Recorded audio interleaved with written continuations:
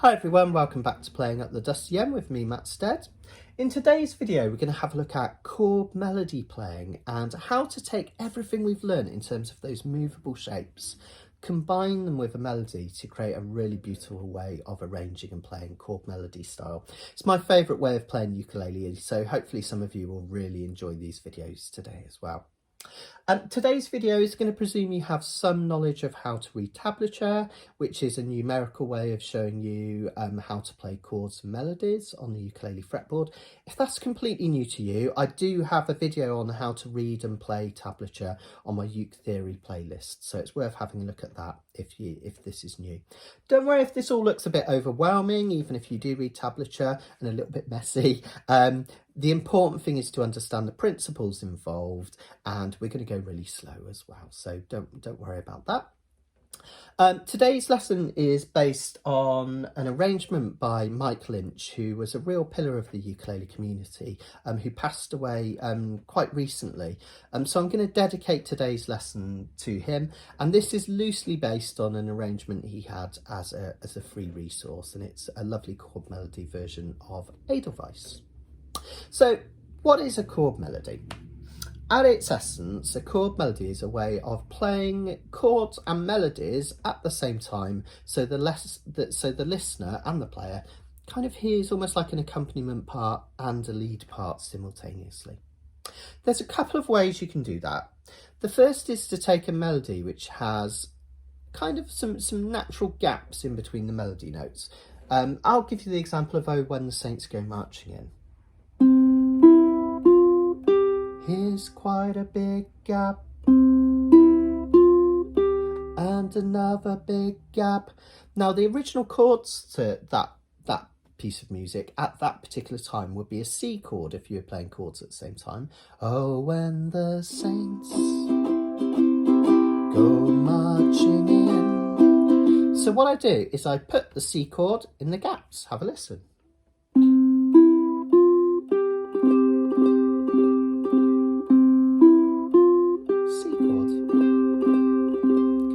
That's one way of arranging chord melodies. The way we're going to do today is a bit more sophisticated than that, and it's my favourite way of playing and arranging chord melodies. I love this way. And that is to try and make the melody appear mostly on the A string, occasionally on the E string, sometimes on the C string, but today it's all going to be on the A string. And what we do is, at the same time as playing a melody note, so for instance an A melody note, putting a chord, the relevant chord, over the top, such as F, so that the last note that my thumb hits and the one that stays in your ear is the melody note, that A. So there's an F chord, but the note that sticks in your ear is this A. So I could take this melody, this is a start to Edelweiss.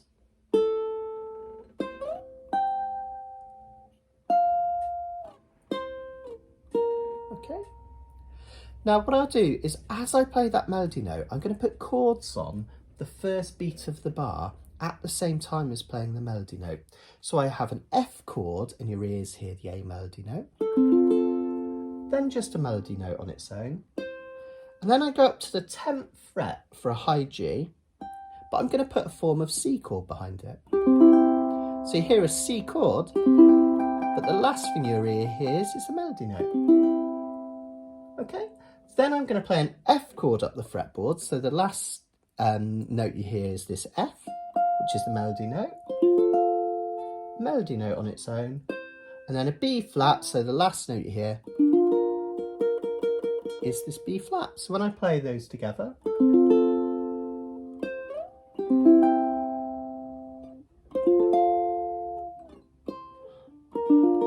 hopefully you can hear the melody note coming out under the chords. Literally all I'm doing is playing the melody and then finding the relevant chords and finding a way to play them so that the last note that my thumb hits and the last one that your ear hears is the melody note. What I'd like to do first is just get you to work through just the melody on its own. Now, to help you, what I've done is I've put the melody notes in green. You might need to watch this on a fairly large screen to be able to read these clearly. Notice that the entire melody is all on the A string. So if you just play the notes that are on the A string, which is represented by the top line of the tab, you'll have the melody note. What I suggest is that you pause this video at any point, have a practice of just the melody on its own, and then come back to this moment where I'm about to play now, and you can play the melody along with me to hear the rhythm. Okay, it's quite simple. Let's have a play. 1, 2, 3, off, 3, 10, 8, 3, 1, off, 1, 3, 5, 3, off, 3, 10, 8, 3, 1,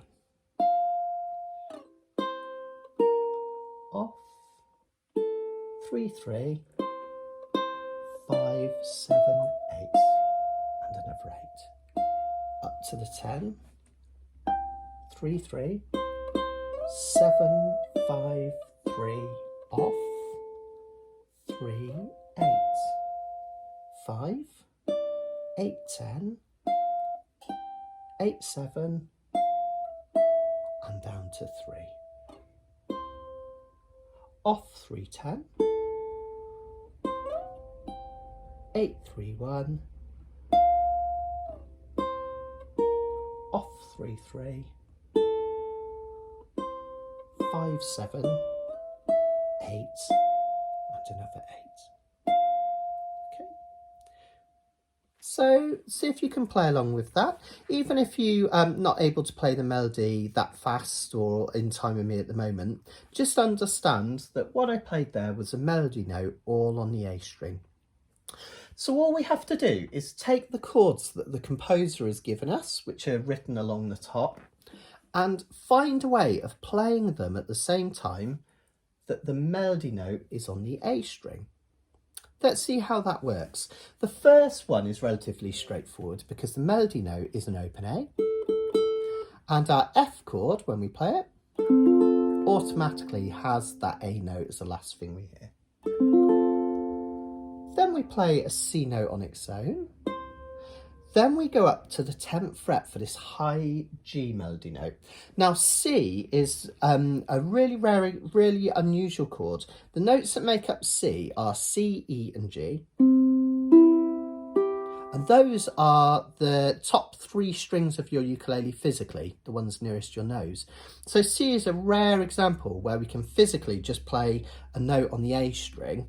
I'm going to play the 10th fret. And play the other 3 notes open, which give us a C chord, and you have a C with that high G, which is fantastic. So F, C note, up to the 10th fret and strum. Okay. Now here's where our knowledge of playing up the fretboard comes in, and this is the crux of what I want to get to today and show you. We have an F chord that we need to play, and at the same time, we need to play this high F note up here. Now, if we didn't know how to play movable chord shapes up the dusty end, we would be completely stuffed there because there's no real way you can play an F chord there and also have that high F note at the same time. Jake Shimabukuro could probably do it. He's got very stretchy fingers, but for me, that's almost impossible. So we need to find another way of playing the F chord so that the last note we hear is this 8th fret, this high F.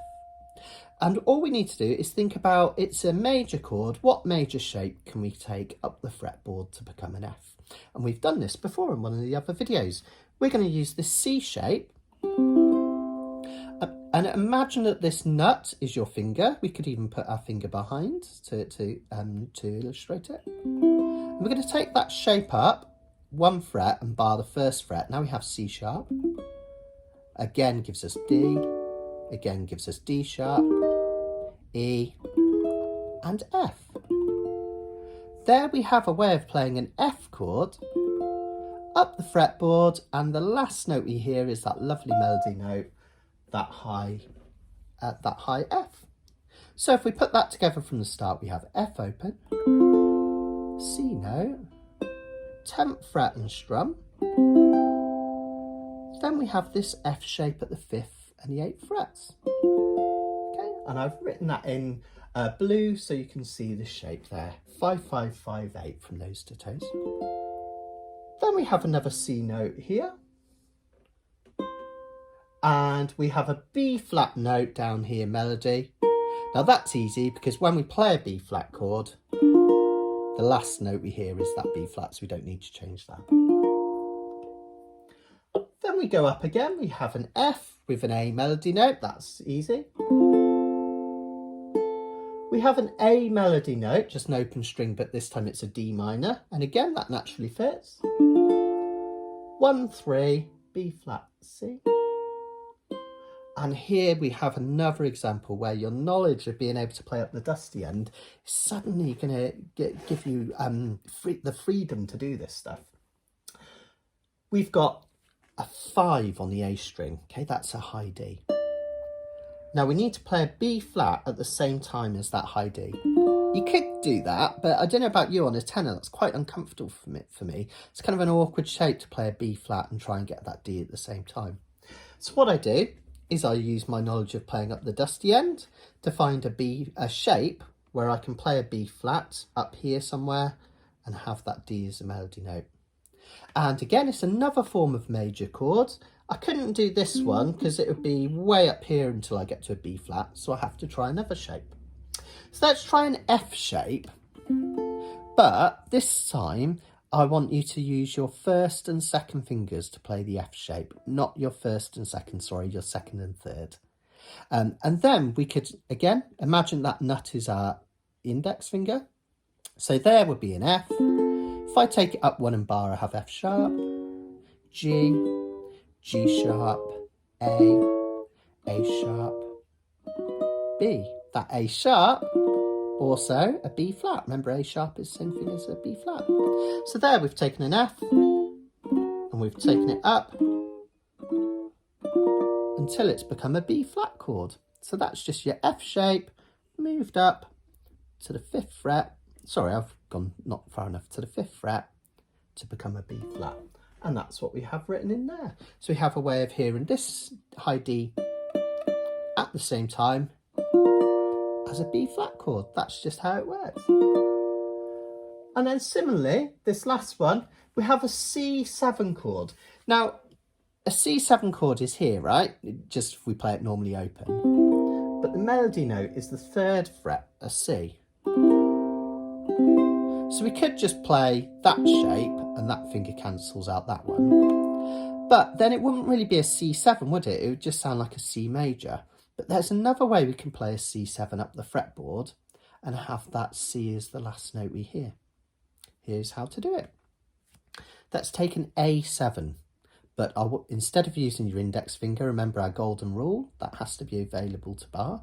So we're going to use our second finger, A7, B flat 7, B7, C7. There we have a C7 chord, and the last note you hear is the C.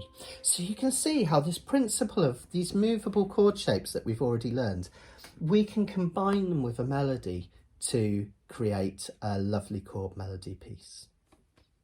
Let's see if we can play this first line. I'll talk you through it slowly as we go, and then in the next video we'll finish off the song using everything we've learned so you can really have a go. So, F chord, C note, then we're going to play the 10th fret, strum all the way, F chord using 5, 5, 5, 8, 3rd fret as a C note, and B flat all the way. F chord,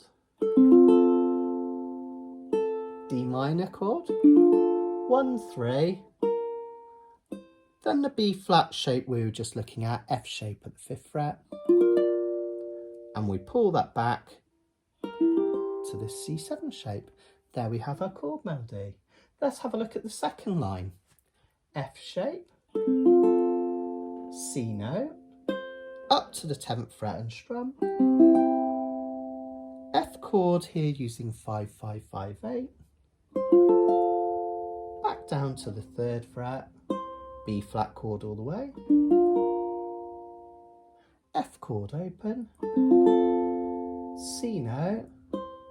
This time we're going to play a C7 using this shape again, 5-7, F shape again, same we were doing before, just hit this 6th fret and strum it again.